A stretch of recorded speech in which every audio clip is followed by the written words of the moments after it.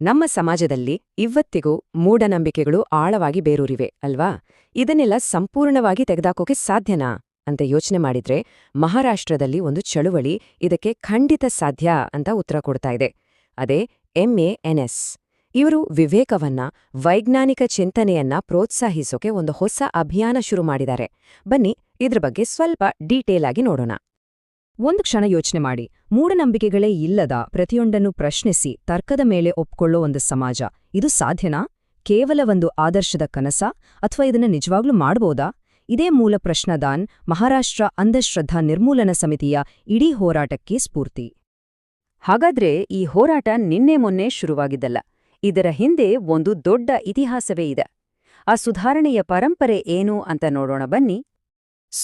ಈ ಸಂಸ್ಥೆಯ ಪೂರ್ತಿ ಹೆಸರು ಮಹಾರಾಷ್ಟ್ರ ಅಂಧಶ್ರದ್ಧಾ ನಿರ್ಮೂಲನಾ ಸಮಿತಿ, ಶಾರ್ಟ್ ಆಗಿ MANS ಅಂತ ಕರೀತಾರೆ.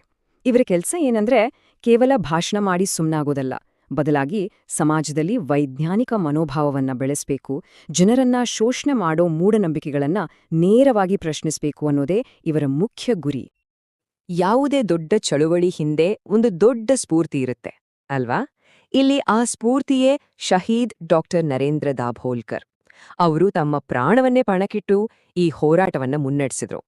ಅವರ ಆದರ್ಶಗಳು, ಅವರ ತ್ಯಾಗ, ಅದೇ ಇವತ್ತಿಗೂ ಮಾನ್ ಸಂಸ್ಥೆಯ ಅಡಿಪಾಯ. ಆದ್ರೆ ನೋಡಿ, ಡಾಕ್ಟರ್ ದಾಭೋಲ್ಕರ್ ಅವರ ಈ ಹೋರಾಟ ಒಂಟಿಯಲ್ಲ. ಮ್ಯಾನ್ಸ್ ಸಂಸ್ಥೆ ಮಹಾರಾಷ್ಟ್ರದ ಮಹಾನ್ ಸಂತರು, ಸಮಾಜ ಸುಧಾರಕರು ಯಾವ ವೈಚಾರಿಕತೆಯ ದೀವಿಗೆಯನ್ನು ಹಚ್ಚಿದ್ರೋ ಅದನ್ನೇ ಇವತ್ತು ಮುಂದುವರಿಸ್ಕೊಂಡು ಹೋಗ್ತಾ ಇದೆ. ಅಂದ್ರೆ ಶತಮಾನಗಳ ಹಿಂದಿನ ಜ್ಞಾನದ ಬೆಳಕನ್ನ ಇವತ್ತಿನ ಕಾಲಕ್ಕೆ ತರುವ ಒಂದು ಪ್ರಯತ್ನ ಇದು. ಸರಿ, ಹಾಗಾದ್ರೆ ಈ ಸಂಸ್ಥೆಯ ಸ್ಪಷ್ಟವಾದ ಗುರಿ ಏನು? ಅವರ ಮಿಷನ್ ಏನು? ಒಂದೇ ಮಾತಲ್ಲಿ ಹೇಳೋದಾದ್ರೆ, ಒಂದು ವಿವೇಕಯುತ ಸಮಾಜವನ್ನು ಕಟ್ಟೋದು. ಈ ಮಿಷನ್ಗೆ 2 ಮುಖ್ಯವಾದ ಪಿಲ್ಲರ್ಸ್ ಇವೆ. ಮೊದಲನೇದು ಸಮಾಜದಲ್ಲಿರೋ ಮೂಢನಂಬಿಕೆಗಳನ್ನ ಪ್ರಶ್ನಿಸೋದು, ಸಾಧ್ಯವಾದ್ರೆ ಅವುಗಳನ್ನ ಹೋಗಲಾಡಿಸೋದು. ಎರಡನೇದು ಮತ್ತು ಅಷ್ಟೇ ಮುಖ್ಯವಾದದ್ದು, ಅದರ ಜಾಗದಲ್ಲಿ ನಮ್ಮ ಸಂವಿಧಾನ ಹೇಳುವ ಸಮಾನತೆ, ನ್ಯಾಯ, ವೈಜ್ಞಾನಿಕ ಮನೋಭಾವದಂಥ ಮೌಲ್ಯಗಳನ್ನ ಸ್ಥಾಪಿಸೋದು. ಯಾಕಂದ್ರೆ ಸುಮ್ನೆ ಹಳೇ ಕಸ ತೆಗೆದ್ರೆ ಸಾಲ್ದು, ಆ ಜಾಗದಲ್ಲಿ ಏನಾದ್ರೂ ಒಳ್ಳೇದನ್ನ ಬೆಳೆಸ್ಬೇಕಲ್ವಾ?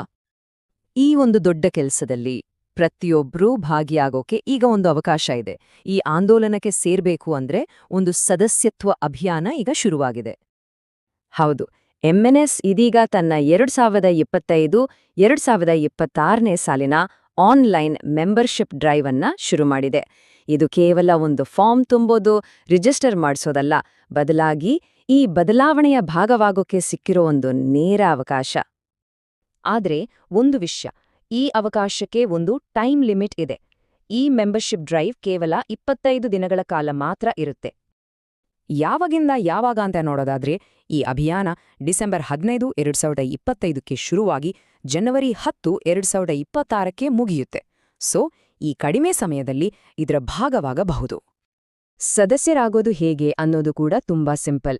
ಇಲ್ಲಿ ನೀಡಿರುವ ಲಿಂಕ್ ಮೇಲೆ ಕ್ಲಿಕ್ ಮಾಡಿ ಆನ್ಲೈನ್ ಫಾರ್ಮ್ ತುಂಬಿದ್ರೆ ಸಾಕು, ಈ ದೊಡ್ಡ ಆಂದೋಲನದ ಭಾಗವಾಗಬಹುದು. ಮನ್ಸನ ರಾಜ್ಯ ಕಾರ್ಯಾಧ್ಯಕ್ಷರಾದ ಸಂಜಯ್ ಬನ್ಸೋಡೆಯವರು ಕೂಡ ಎಲ್ಲರನ್ನೂ ಆಹ್ವಾನಿಸಿದ್ದಾರೆ.